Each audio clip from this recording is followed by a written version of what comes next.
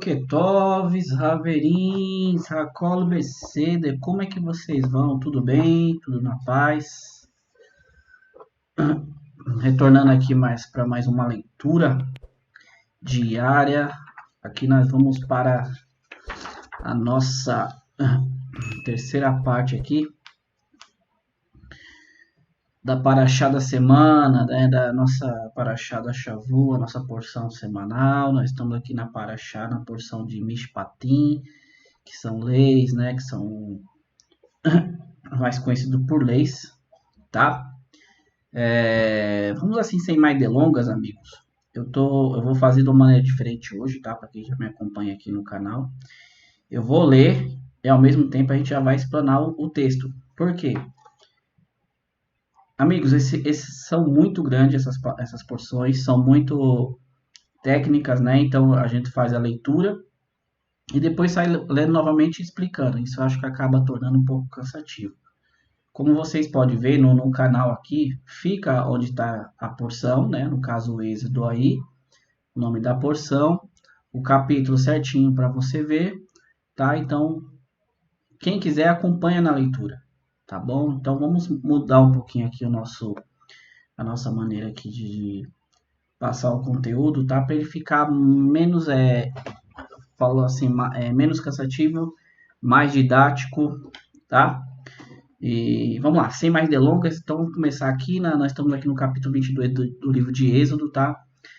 Vamos aqui para o versículo 4 e a gente já vai falando em cima sobre a questão, tá bom? Sem mais delongas, vamos lá. Versículo 4 diz assim: se uma pessoa apacenta num campo ou vinhedo, quer ela solte seu rebanho ou não, ou ela paste no campo de outra pessoa, ela deve pagar do melhor do seu campo e do melhor do seu vinhedo, tá? Vamos ler o comentário de Urashi aqui e a gente já entra nessa situação aqui. Vamos lá. Então, o Urashi ele comenta aqui. Todas essas expressões a respeito de um animal, como em nós os animais, ou seja, ele quer dizer que a expressão aqui do rebanho, ela se generaliza dentro dos animais em relação ao geral. Por quê? Porque se você estiver num campo de alguma pessoa, você não precisa estar apacentando, mas aquele animal vier a fazer dano àquela propriedade, como nós vamos ver aqui a raiz da palavra aqui do Yaver, né, em hebraico, que quer dizer assim, ó, se apacenta, Yaver, o dono leva seus animais ao campo de seu vizinho ou uma vinha, e os mesmos danificam em uma dessas duas formas ou através do envio, que no caso seria shiluar, né, do animal, ou seja, o envio do animal. Por quê? Porque os animais eles pisoteiam, não? Ou eles venham se alimentar do pasto ali. Aí ele comenta aqui que nossos sábios explicaram que a palavra, o termo velishlar, refere-se, né, aos danos feitos ao pisotear, enquanto a bier, né, no caso Iver, refere-se aos danos do dente que come e destrói a propriedade de alguém, tá? Isso aqui tá no tratado do Talmud do Baba Kama na página 2b, tá bom? Para quem quiser conferir aí. Vocês veem que, né, nós entramos aqui muito em questão do hebraico, dentro da raiz da palavra, tá? Então, mas voltando aqui ao texto mesmo, vamos pegar aqui. Então, quer dizer, se você tem um animal, se você está pastoreando com os seus pastos, isso quer se dizer no seu campo. Se você deixa com que esses animais, eles pastem em outro campo e venham acabar trazendo dano ao campo vizinho, você tem que pagar o dano que foi feito do melhor do seu vinhedo, ou seja, do melhor que você tiver, tá? Isso trazendo para o dia de hoje é normal, se você é propriedade alheia, se você adentra a propriedade alheia, se o seu animal ele invade a propriedade alheia, vai lá, destrói o jardim daquela pessoa, tudo, você tem que arcar com isso, tá bom? Vamos continuar aqui. Se o fogo sair e encontra espinhos e destrói o grão empilhado ou na messe ou um campo, aquele que iniciou o fogo deve pagar. Tá? Então, assim, se o fogo ele vier a sair, acho que ele começa assim, se o fogo ele pode simplesmente pegar do nada, tá? A questão dos espinhos aqui é porque o que acontece? Ela vai pegar nos espinhos, né? Os espinhos eles vão consumir rápido e ele vai criar como se fosse um caminho até o campo do seu vizinho. Tá? Arashi fala assim: isso significa que o incêndio queimou o solo arado e ele terá de semeá-lo novamente. Tá? Como eu estou falando, essa questão aqui desses tratados em relação a essas leis, em relação a prejuízo, questão monetária, né, danos, tá? A maioria dos tratados está dentro do Tratado do Talmud de Baba Kama, tá? Nessa aqui está no 60, na página 60a. Rashi ele comenta assim: embora ele o tenha acendido dentro de sua propriedade, o fogo tenha se espalhado por si mesmo através de espinhos que encontrou em seu caminho, como eu havia dito, ele é obrigado a indenizar a quem o fogo prejudicou, porque não cuidou da sua brasa para que não fosse adiante e infligisse os danos. Ou seja, ainda que esse fogo tenha iniciado na sua residência e ele acabou se espalhando, indo para a residência do vizinho, destruindo a propriedade dele, a casa, a terra, no caso aqui, né, no texto, você é responsável, você tem que pagar por isso, tá? Dando continuidade aqui. Versículo 6. Se uma pessoa dá a outra dinheiro, os artigos para guardar, e eles são roubados da casa da pessoa, se o ladrão é encontrado, ele deve fazer a dupla restituição. Se o ladrão ele não é encontrado, versículo 7, o dono da casa, que no caso seria o guardador, ele será levado aos juízes que não pôs a mão na propriedade de seu próximo. Em todo caso de desonestidade, envolvendo um boi, um jumento, um cordeiro, uma roupa ou qualquer outra coisa que foi perdida, e a testemunha disser: eis aqui, ambos devem ser trazidos ao juiz. Aquele que os juízes declararem culpado deve pagar a dupla restituição ao outro. Então aqui, meus amigos, vamos falar assim, bem resumido essa situação. Tá? Depois nós vamos entrar no comentário, acho que tem uns assuntos interessantes que eu li hoje, eu gostaria de me aprofundar com vocês para nós podermos entender o profundo do conceito da Torá que Deus passou para Moshe. Vamos lá. Então, no caso, se uma pessoa ela te dá algo, seja lá dinheiro, artigo, qualquer coisa para você guardar, e esse negócio ele está dentro da sua propriedade, ela vier a ser roubada, né, da casa, e se o ladrão for encontrado, você não tem responsabilidade disso aquilo. Você não precisa estar pagando a pessoa que te deu para você guardar, tá? Se o ladrão não é encontrado, é o que acontece. Você é levado perante o juiz, tá? O dono da casa, no caso, é levado perante o juiz. E lá ele tem que fazer um juramento que ele não se apoderou desse bem, tá? Da propriedade do seu próximo, como diz o versículo. Aí, se a pessoa estiver usando de desonestidade, né? Aí ele vem aqui e coloca aqui, no caso, o exemplo. Se foi um boi, jumento, cordeiro, roupa ou qualquer outra coisa, se ela estiver usando de desonestidade perante o juiz, mentindo, e vierem testemunhas falar, ó, tá aqui, as coisas estavam com ele. Ambos devem ser trazidos aos juízes. E aquele que o juiz declarar ele culpado deve pagar dupla restituição ao outro.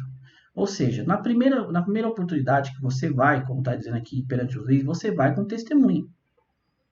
Tá? Você tem que ter uma testemunha.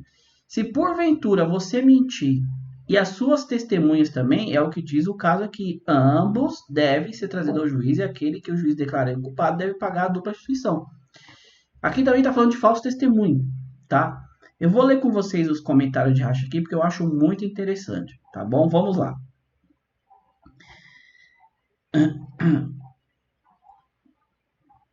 Eu estou pegando aqui porque nós falamos sobre a questão da questão do ladrão ser encontrado, mas eu quero me aprofundar justamente aqui a questão de quando ele já está perante o juiz para falar que justamente não foi ele. Vamos lá. Rashi ele fala assim, ó, no versículo 8 fala assim: em todo caso de desonestidade, Rashi ele comenta que mentiu em seu juramento, porque as testemunhas testemunharam que o guardião do bem roubou e os juízes julgarão culpado de acordo com as testemunhas. Deve pagar a dupla restituição ao outro. O texto ensina que se alguém alega que um item que lhe foi roubado,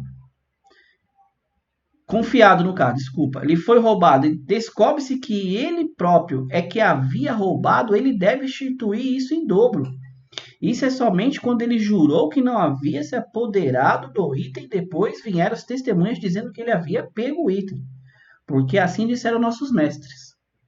E o dono da casa se aproximou aos juízes, como diz o versículo 7. Isso significa que se aproximou para fazer um juramento, em que o guardador jurou que o artigo em questão foi roubado. E como eu disse, então ele vai perante o juiz, ele jura perante o juiz que não foi ele, mas ele mentiu porque as testemunhas falaram que o item estava com ele, então ele tem que restituir em dobro. Pela mentira que ele fez à pessoa que lhe confiou aquele item e por ter mentido perante os juízes. Tá? A Irache ele vem aqui, como se sabe se ele se aproxima? Significa um juramento, uma vez que talvez isso signifique que ele se aproxima apenas para o litígio. E neste caso, se ele negasse qualquer responsabilidade dizendo que o objeto fora roubado, então ele seria imediatamente responsabilizado pela restituição em dobro se as testemunhas o houvessem visto.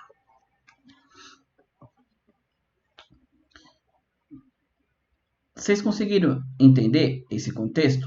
Então diz assim, ele quer saber aqui como se confirma que a pessoa, o julgado, ele se apresentou ao juiz para falar sobre que ele não havia pegado aquilo lá, tá?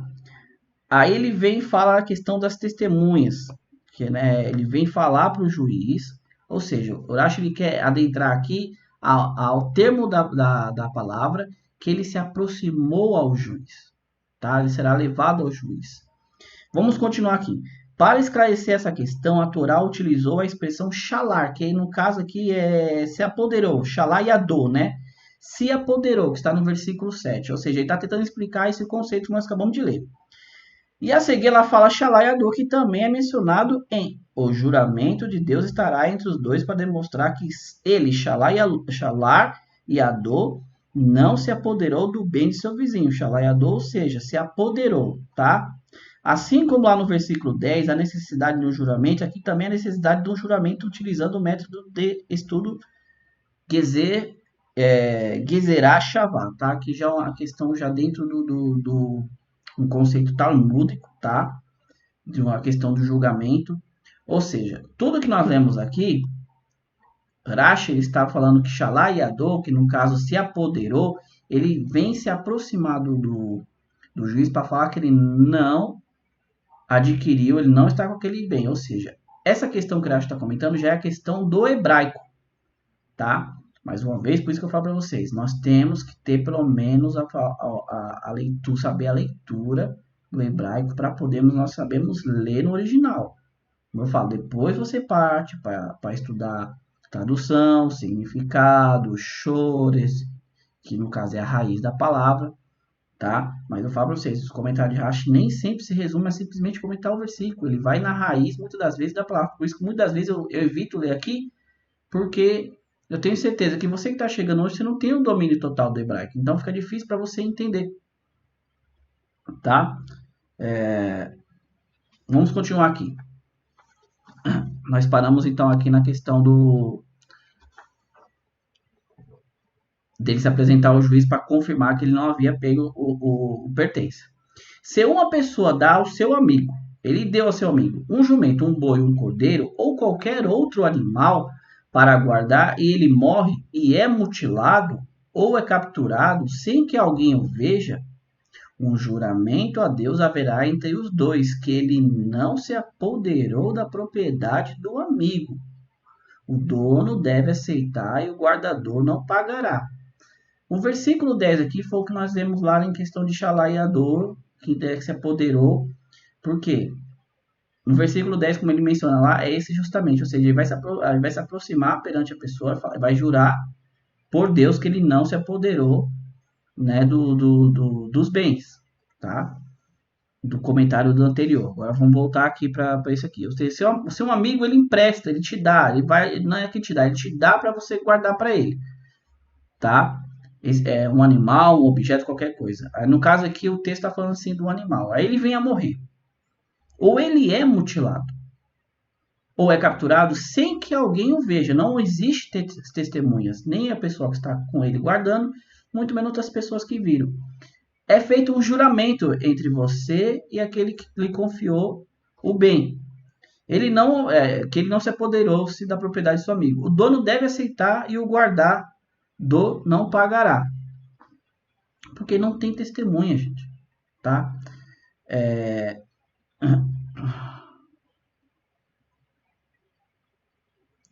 Vamos aqui.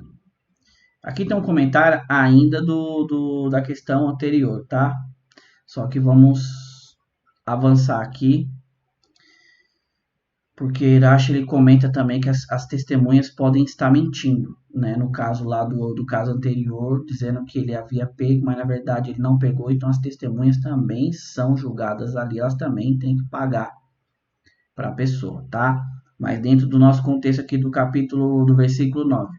Se uma pessoa dá ao seu amigo um jumento, a primeira sessão foi dita em relação ao guardador não remunerado, tá? Ou seja, não remunerado. Portanto, a Torá o isentou de roubo, conforme está escrito. E se isto for furtado da casa do homem, tá? Se o ladrão não foi encontrado, o dono da casa se aproximar ao juiz, que nós estávamos tratando lá, para um jumento assim. Para um jumento. Assim se aprende que o guardador não remunerado se exime de responsabilidade sobre o objeto roubado com este juramento. Agora, nessa seção aqui, porém, fala-se do guardador remunerado, cuja responsabilidade é maior, uma vez que ele está recebendo para tomar conta do bem. Portanto, ele não está isento e o seu bem foi roubado conforme está escrito. Mas se ele é roubado, ele, o guardador, deverá pagar. Tá? Só me retratando aqui, na verdade, essa parte aqui, a Torá já está explicando, o Urashi já está explicando, que aqui já é uma pessoa que ela é remunerada para guardar aquilo lá. Tá? Porque o versículo 9 diz que se uma pessoa dá a seu amigo um jumento, um boi, um cordeiro ou qualquer outra coisa para guardar, ou seja, no caso aqui, ele está sendo pago para isso. Tá? Lá não, ele deu, ele tomou, guardou e foi roubado dentro da casa dele. Então aí vem o Dash comenta assim, no caso de um acidente, algo que está fora do seu controle, ele é isento. Como, por exemplo, se o animal morresse por si só, quebrou-se, foi violentamente capturado por bandidos e ninguém estava lá para testemunhar sobre o ocorrido.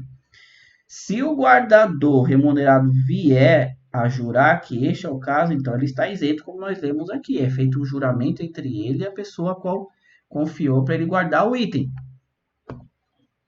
Tá? Então, nesse caso aqui, se ele jurar, pois não tem testemunha, que o animal foi mutilado, dilacerado ou foi roubado e ninguém estava ali, ou diz que o proprietário ele tem que aceitar, tá? Vamos continuar aqui. Se foi roubado dele, pagará ao dono. Se for dilacerado e ele trouxer testemunha, ele não pagará pelo animal dilacerado. Dando continuidade aqui ao mesmo assunto. Então, se foi roubado dele, ele esteve na presença, foi roubado dele, ou seja, como ele estava sendo remunerado, pago para proteger aquilo lá, ele vai se pagar ao dono.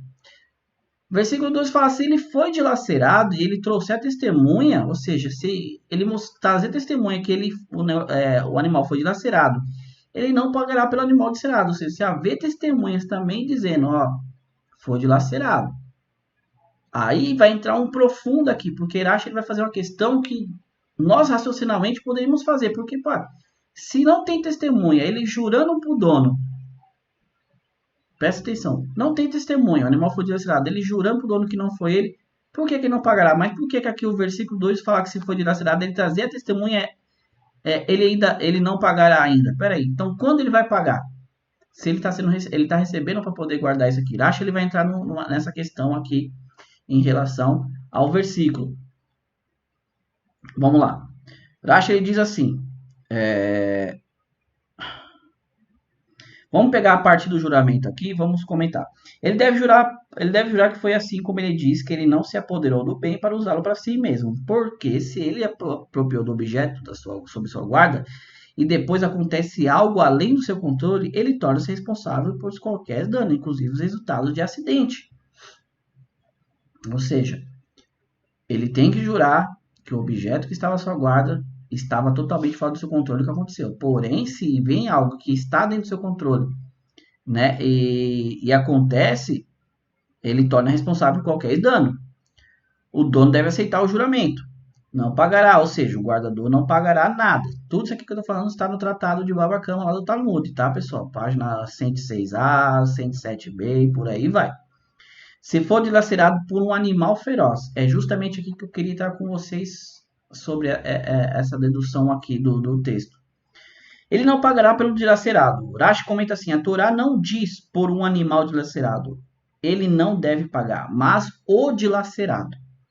Utilizando o artigo definido para ensinar que existe um tipo de animal dilacerado pelo qual ele paga e o outro tipo de animal dilacerado pelo qual ele não paga.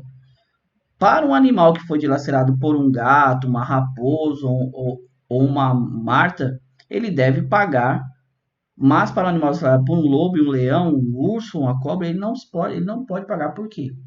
Eu acho que ele vai comentar aqui justamente essa questão. Se é um gato do mato, uma raposa, uma coisa, você tem como espantá-lo.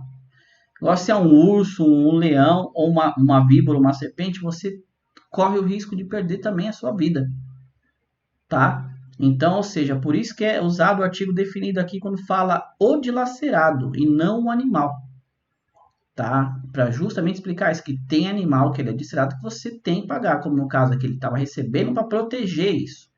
Então, é uma raposa, é um gato do mato, né? É um animal menor, você tem condição de proteger, assim como a pessoa que ela pastoreia, ela vai com um cajado, uma coisa, para espantar justamente esses animais. Agora, se é um urso, um leão, você não tem como. Então, fugiu do seu controle. Você não tem como proteger aquilo, tá? Aí acho que continua. Agora, quem disser para jogar dessa maneira, a prova é que está escrito: se ele morrer, ou é mutilado, ou é capturado, no versículo 9. Assim como a morte natural do animal é algo que o guardião não tem como evitar, o mesmo se aplica em caso de mutilação ou cativeiro que ele não tem como evitar. É assim está isento de pagar, mas no caso de animais menos ferozes como a raposa, uma vez que ele poderia tê-lo salvo, isso faz parte da sua responsabilidade. É o que eu estou explicando para você aqui. Porque ele vai lá no versículo 9 e fala justamente da morte natural do animal. Um animal morto naturalmente, você não tem como fazer. Pô, eu peguei o animal para cuidar, ele caiu, morreu, o que, que eu podia fazer? Tá? Aí ele usa esse versículo como base para falar justamente do artigo definido aqui do dilacerado, para dizer que existe um animal que é dilacerado que você poderia ter feito alguma coisa, como ele dá o exemplo de uma raposa, que é um animal pequeno que você pode afugentá-lo. Tá bom, meus amigos? Vamos continuar aqui. Se uma pessoa ela toma emprestado de seu amigo e este quebrou, morreu e o dono não está com ele, pagará uma compensação. Então ele pegou emprestado, tá? Ele pegou emprestado esse algo que quebrou ou um animal que morreu e você estando com ele, você pagará uma compensação, porque você tomou a responsabilidade sobre si. A partir do momento que você toma essa responsabilidade, você está julgando que tudo que vem a acontecer está sobre o seu poder, está sobre o seu controle. Então, neste caso aqui, a responsabilidade é totalmente sua. Ainda que você não pague todo o valor, você paga uma compensação pelo que vier a acontecer. Quebrou o vaso, paga o vaso. Ah, um animal que você me deu, foi registrado, foi roubado, você vai ter a responsabilidade porque você tomou um emprestado, tá? Aí que vem aqui o mais interessante. Se o dono está com ele, ele não pagará. Se o bem foi alugado, é coberto pelo aluguel, tá? Ou seja, se o dono está com você no momento que você tomou emprestado, tá? Arashi vai ter um comentário bem legal que eu vou ler com vocês. Então, você tomou emprestado e o dono está com você, ele viu o que aconteceu, você não vai pagar. Você não vai compensar, porque o dono ele estava presente, o proprietário daquilo ele estava presente. Então, ele viu que não foi irresponsabilidade sua. Vamos adentrar aqui, tá? Acho que ele comenta em relação ao dono estar com você. Ele fala assim: se o proprietário estiver com ele, quer fazer no mesmo trabalho, quer fazer no outro trabalho diferente, se o proprietário estiver com ele no momento do empréstimo, o proprietário não precisa estar com ele no momento em que o membro do animal se quebrou ou morreu, para torná-lo isento de necessidade do pagamento da indenização. Aqui acho que ele vai e abre um parênteses, ou seja, se ele está com ele ali, né, no momento que ele tomou o empréstimo, ainda que ele não esteja fazendo a mesma coisa que a pessoa está fazendo, né? Ou seja, eu estou a 100 metros de distância, mas eu estou presente ali, naquela mesma região, naquela mesma localidade, ou seja, não fugiu da minha vista, né? Você, aqui no caso, você está isento de pagar. Porém, se o dono não estiver perto, a responsabilidade é sua. Aí vem aqui em relação agora, se o bem foi alugado e coberto, é coberto pelo aluguel. Se o animal foi emprestado, mas foi alugado, é coberto pelo aluguel para a mão daquele que o alugou e não via empréstimo, ou seja, o benefício não é todo dele, de quem recebe o animal, porque usou o animal através do pagamento de um aluguel. E assim não se aplica a lei de quem pede emprestado para estar obrigado a indenizar o proprietário por todos os tipos de incidentes, inclusive que estejam fora do seu controle. Ou seja, é um aluguel. Quando você aluga, né, vamos pegar assim, você aluga uma residência hoje, tem aquela questão que você tem que dar o depósito de 2, 3 meses, vai dependendo do lugar, para justamente já garantir que você vai ficar naquele imóvel durante aqueles 3 meses, ou seja, ele tem uma garantia já de 3 aluguéis. A mesma coisa é aqui. Se ele pegou o animal, mas ele está pagando por aquilo, então, indiferente se acontecer, ele já é coberto pelo valor do aluguel. Tá?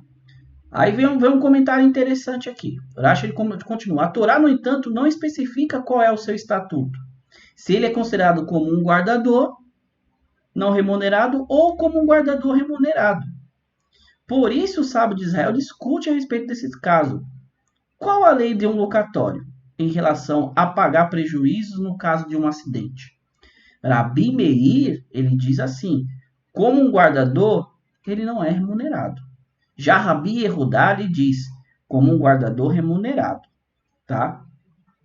Ou seja, aqui, eles estão tentando entender como que implicita aqui, sabe? Essa questão, se eu estiver errado na palavra, depois vocês me corrigem. Se ele está alugando, ele está sendo como um guardador pago ou remunerado ou não. Aí vem Rabi Meir, né, diz como um guardador não remunerado. E já Yehudá diz como um Rabi Yehudá diz como um guardador remunerado, ou seja, eles entram nessa discussão, ele vai pagar, como é aquele guardador remunerado lá atrás, porque o guardador remunerado ele tem mais responsabilidade, porque ele está sendo pago para proteger. Já o remunerado ele não tem essa responsabilidade. Então ele discute aqui em relação a qual que é então nesse caso se ele está alugando o animal, tá? Vamos entrar para um novo assunto aqui.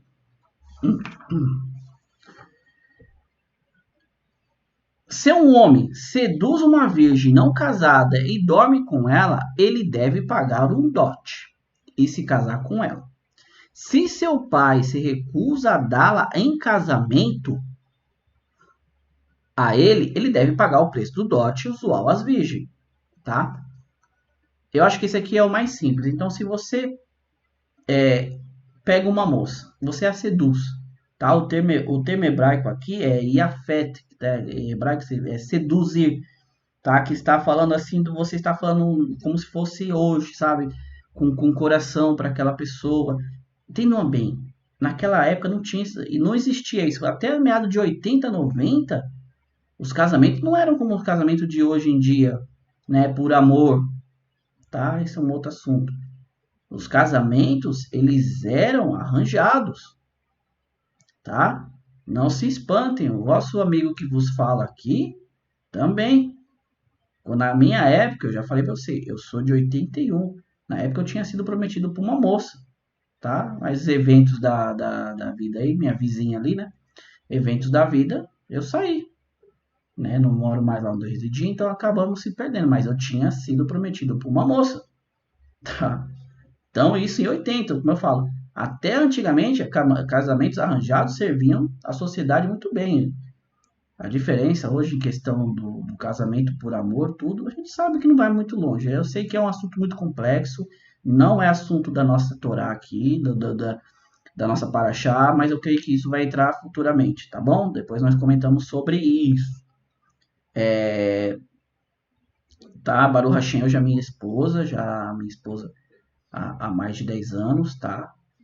É totalmente diferente, a gente se conheceu, a gente foi passear, a gente foi se conhecendo, e, tá? É uma outra história isso daí. Vamos lá. Então ele fala que a palavra que é fértil, ou seja, seduziu ela com palavras doces, né? E ele foi lá, deitou-se com ela, ou seja, se ele deve casar com ela, ele deve pagar aquele valor pela moça, tá? Se o pai se recusa, então em dar a casamento, ele deve pagar o valor usual de uma moça virgem para um casamento, tá? De toda maneira, a pessoa que foi iludida, ela é prejudicada. Ela tem que ser ressarcida por aquele incidente, por todas as coisas que foram causadas a ela psicologicamente, emocionalmente.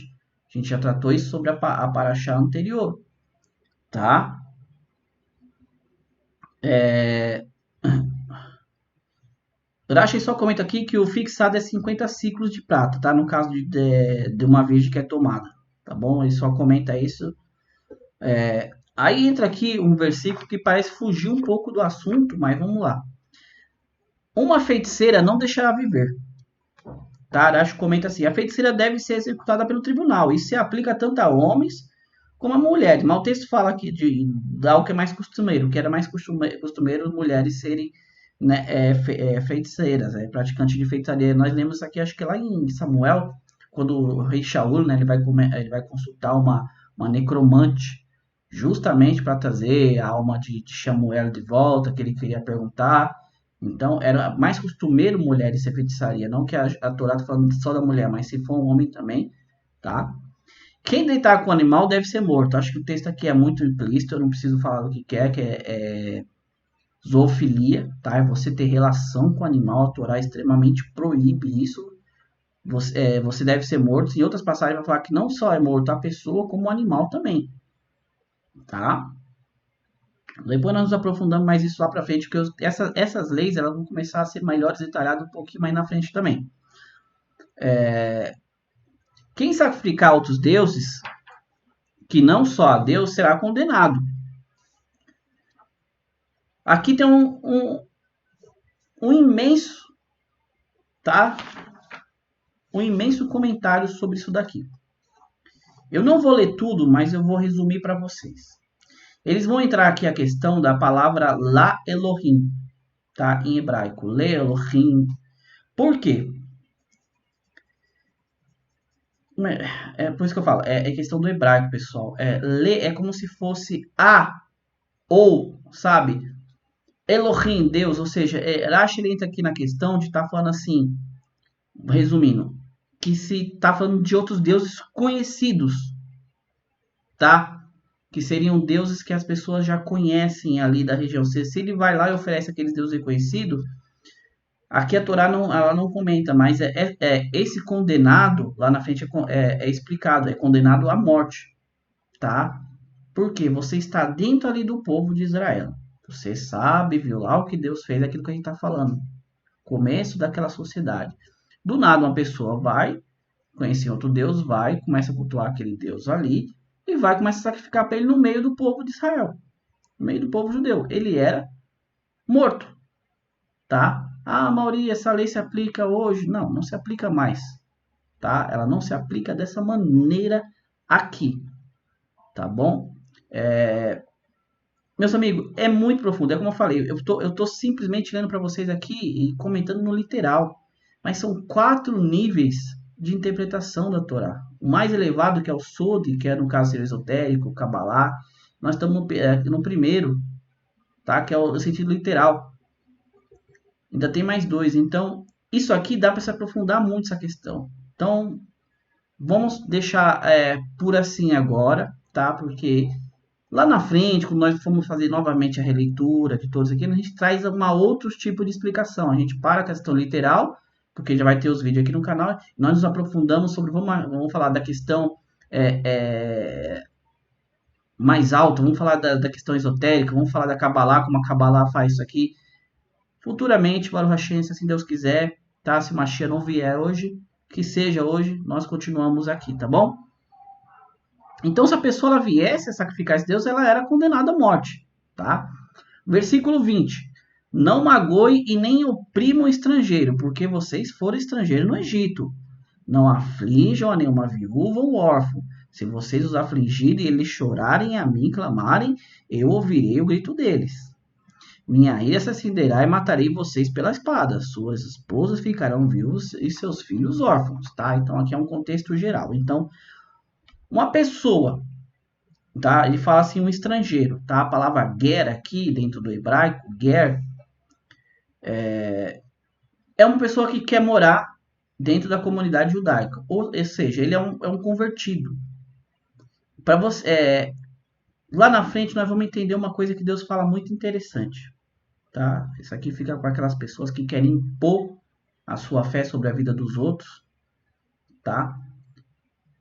Deus fala assim, no caso, lá na frente, como nós vamos ler, que se você adentra uma cidade, ele lá tem a sua cultura, tudo, você não pode querer mudá-la, tá? Existe muito detalhe sobre isso. Lá na frente nós vamos ver essas situações. Então, o que acontece? Você tem que respeitar a cultura daquele local. Então, um ger, um estrangeiro, que se ele está morando no seu, ele está habitando com você, quer dizer que ele é um simpatizante, ele é um convertido, ele está em processo ali de conversão, tá?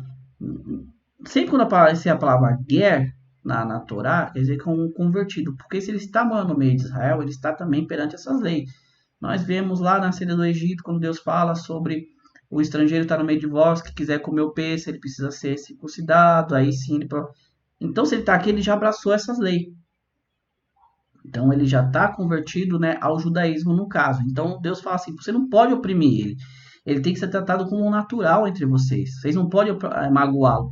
Porque vocês têm que se lembrar que vocês também eram estrangeiros lá no Egito, dentro da cultura deles, com a sua cultura, e vocês eram oprimidos. Então, você respeite ele também. Porque se ele quer conviver com vocês, é porque ele está de acordo com as mitzvot de Hashem, tá? Aí entra a questão sobre a viúva e sobre o órfão. O Urash, ele comenta aqui, ó. Se vocês os afligirem, né? Ele fala assim, este versículo é abreviado. Ele ameaça que haverá punição, mas não especifica qual, tá? Anterior. O mesmo se aplica a todas as pessoas, mas a escritura fala de uma situação mais comum, pois uma vez que eles são mais sensíveis, eles magoam mais facilmente. Ou seja, são pessoas que usa aqui, no caso a viúva e o órfão, são pessoas que perdeu seu esposo, perdeu seus pais, então são pessoas que estão mais suscetíveis, tá, a se magoarem mais fácil. Olha o cuidado de Hashem, tá? Maharash, ele fala aqui, ele vem aplicar, isso é aplicado a todas as pessoas. A Torá ela só está especificando aqueles que são mais sensíveis, mas isso é a todo tipo de pessoa, você não deve magoar e nem afligir, tá? Aí ele entra aqui a questão sobre o que Deus fala no versículo 23, minha ira se acenderá, matará vocês pela espada, suas esposas, tá? Aí ele já entra numa questão aqui, até interessante, eu vou ler para vocês, ele fala assim, esta afirmação denota outra maldição, que as mulheres serão obrigadas a viver como viúvas indefinidamente, porque não haverá testemunhas a respeito da morte de seus maridos. E assim as mulheres terão proibidas de se casar-se novamente, já os seus filhos serão órfãos, uma vez que a corte não deixará assumir as propriedades de seu pai, porque não se sabe com certeza se morreu ou foram levados como cativos. Por quê? Rashi, ele comenta aqui que o texto fala assim, Deus fala, eu matarei vocês. Se vocês fizerem esse mal a viúvas, estrangeiros, se vocês os tratarem mal, eu os matarei. Ou seja, como não tem testemunha sobre isso, existe um caso aqui, ele é bem profundo dentro da Torá, que se uma mulher, ela é casada, e o marido foi para a guerra, só que não se sabe se seu marido morreu, pois ele não voltou. Existe uma discussão, deve-se dar a carta de Get para ela de divórcio, para ela poder casar novamente e continuar a sua vida, ou não, porque não se tem o corpo, você não se sabe. Tem uma discussão dentro do Talmud sobre isso, tá? A gente não vai adentrar sobre isso aqui também, porque é um assunto totalmente específico. Então, o que ele comenta aqui, no versículo, é justamente sobre isso, que no caso, então, aqui, como foi Deus que matou e não se tem testemunha, então não tem como você falar, não sei se ele está vivo ou não, ou seja, se Deus deu um sumiço na pessoa, então aquela mulher ela vai ser obrigada a viver como uma solteira pro resto da vida. E o filho não vai poder herdar as propriedades do pai, porque não se sabe o que aconteceu com o pai. Então, Deus, ele usa aqui e fala, vocês não afligem esse tipo de pessoas. senão eu vou afligir vocês também. Então você vê que não é uma morte física, tá? É muito profundo isso daqui, meus amigos. Então, tomar cuidado com o mal que a gente faz, né, com as pessoas. Terminando aqui, quando você emprestar dinheiro ao meu povo, o pobre que está contigo, não se comporte para com ele como se fosse um credor. Não tome juros dele. Se for tomar a veste de seu próximo como garantia, você deve retorná-la até o sol se pôr, pois essa é sua única coberta, a veste para sua pele, com que ele dormirá. Né? Uma pergunta. Com que ele dormirá? Se ele chamar a mim, eu ouvirei, pois eu sou misericordioso. Mais uma vez, aqui Deus tratando em cima das pessoas que são menos afortunadas. São pessoas que estão numa dificuldade maior. Não que elas não sirvam a Deus, né? Eu queria pegar um pouquinho desse assunto. As pessoas têm essa questão de achar que a pessoa está passando por uma situação difícil, uma enfermidade e tal, tudo. Não é porque ela está em pecado com Deus. Sabia que se ela honrará? Sabia que isso é uma idolatria? Porque você não sabe os caminhos de Deus. Você não sabe por que aquela pessoa está passando aquilo ali. Tá? Fartura, abundância, riqueza não são sinal de que você está servindo ao Deus certo. Tá? Eu já comentei sobre isso daqui. Babilônia serviu o Deus certo. Os egípcios serviam o Deus certo. O Rio Nilo estava ali, ó, abastecendo o povo. Tá? Vamos pegar os maiores ateus do mundo, os milionários aí, os bilionários, eles acreditam em Deus, eles são taxativos lá, nós não acreditamos em Deus. Então, tire essa ideia da sua cabeça, você não sabe os caminhos de Deus, tá? Se uma pessoa está em dificuldade, antes de você julgá-la e falar, você está em pecado, você tem que colocar-se no lugar dela e ajudar ela, tá? Isso aqui é muito profundo, pessoal. Não pense, se for assim, vou até citar, se for assim, a Universal tá toda certa, né? Porque todo mundo ali é milionário. Ali todo mundo, né? Então pare com esse julgamento cego sabe, sem sentido nenhum. Se você for pegar a Torá, for pegar a vida dos sábios passaram por muitas dificuldades. Tinha muitos que nem quase tinham o que comer, onde morar, e eram pessoas justas, viviam com Deus, sabe? Então tire essa ideia da sua cabeça, pelo amor de Deus, eu falo assim, porque infelizmente eu convivo no meio de pessoas, as pessoas julgam muito isso, porque fulano está acontecendo isso e o outro é Deus na vida dele. Você não entende, sabe, os caminhos de Deus. Davi, conhecendo a Deus, segundo o coração de Deus, não teve sossego na vida e perseguido, foi quase morto pelo seu sogro, seu filho. Entendam bem, não é porque vocês não serviam a Deus. É quase pelo contrário. Eu falo quase porque é um raciocínio lógico nosso aqui, achar que porque nós estamos em perseguição também estamos servindo a Deus. Porque tem esse ditado também, né? Se as coisas estão te perseguindo, não sei o que, é porque você está servindo a Deus. Toma cuidado. Se entre num propósito, entenda o que Deus fala em Isaías, que os caminhos dele são mais altos, os pensamentos dele são. Nós não entendemos. Isso aqui é muito profundo. Aqui já estou querendo entrar com vocês realmente na questão mais elevada, que é aquela interpretação que eu falo de Cabala, interpretação ali dentro do Tânia, sabe, de Zohar. Você entender o caminho de Hashem. Vamos aprofundar aqui, senão vai dar muito tempo. Então, fala-se aqui quando você emprestar o dinheiro ao meu povo, aqui Deus está falando ao povo judeu, o pobre que está contigo não se comporte para com ele como se fosse um credor, ou seja, você não tem que estar ali, ó. Se você sabe que ele pedir emprestado é porque ele está em necessidade, você não tem que ficar batendo ali, porque você sabe que ele não tem. Tá? Desculpa. Vamos entrar aqui. Acho que ele comenta assim sobre esse versículo. Não exija o pagamento dele à força, tá? Se você sabe que ele não tem o dinheiro para lhe pagar, não apareça para lembrar que você emprestou para ele, não o deixe constrangido. Mais uma coisa muito profunda da Torá. Aquele que envergonha uma pessoa em público é como se ele fala assim, é como se ele tivesse fazendo idolatria. Muito cuidado ao envergonhar o seu irmão. Muito cuidado. Juros. Aqui é interessante que a palavra juros em hebraico ela é nesher. Sabe o que é nesh em hebraico também? Serpente, cobra. Por isso que fala assim, olha que profundo, aí que eu falo para vocês, o hebraico ele é fenomenal. Por que é fenomenal? Porque é a língua de Hashem, foi a língua que Deus criou o mundo. Então, ela traduzida literalmente, juros, significa mordida. É uma mordida de uma cobra, que morde fazendo uma pequena ferida no pé de uma pessoa. E a pessoa não a sente, e de repente se espalha, incha tanto que atinge até a sua cabeça. Assim também são os juros. Quem pegou o empréstimo não o sente até que o juros se acumula e passa a custar uma grande soma de dinheiro. Aquilo vai preocupando você. Por isso que é tipo como se fosse uma mordida de uma serpente, que ela abocanha o pé. Tá? Então aquilo faz que não, que vai tomando conta, vai virar uma bola de neve. É muito profundo, tá bom? Meus amigos, eu creio que é isso, tá? Vamos terminar aqui no último, para que sua pessoa, se você tomar uma veste do seu próximo como garantia, deve retornar-lhe até o pôr do sol, né? Pois aquela é a única coberta que ele tem, o único para cobrir o corpo dele. E Deus fala, se ele clamar a ele, ele vai ouvir, tá? Vamos lá. Sempre que utilizada a palavra Havlah, que no caso seja tomou aqui, né? A mesma significa uma garantia dada no momento do empréstimo. Mas uma garantia que é exigida por parte do credor, quando chegar a data do seu pagamento e o devedor não paga, tá? O Kirash comenta aqui, todo dia você devolverá a garantia para ele até o pôr do sol. E quando o sol se puser, voltará a pegá-la até que chegue a manhã seguinte. A escritura fala a respeito de uma roupa que se usa de dia e que por isso o devedor não necessita dela à noite. Ou seja, ainda que você tomou algo para ela como um credor, todo dia, como é a única veste que ele tem para usar no dia, você tem que devolver para ele.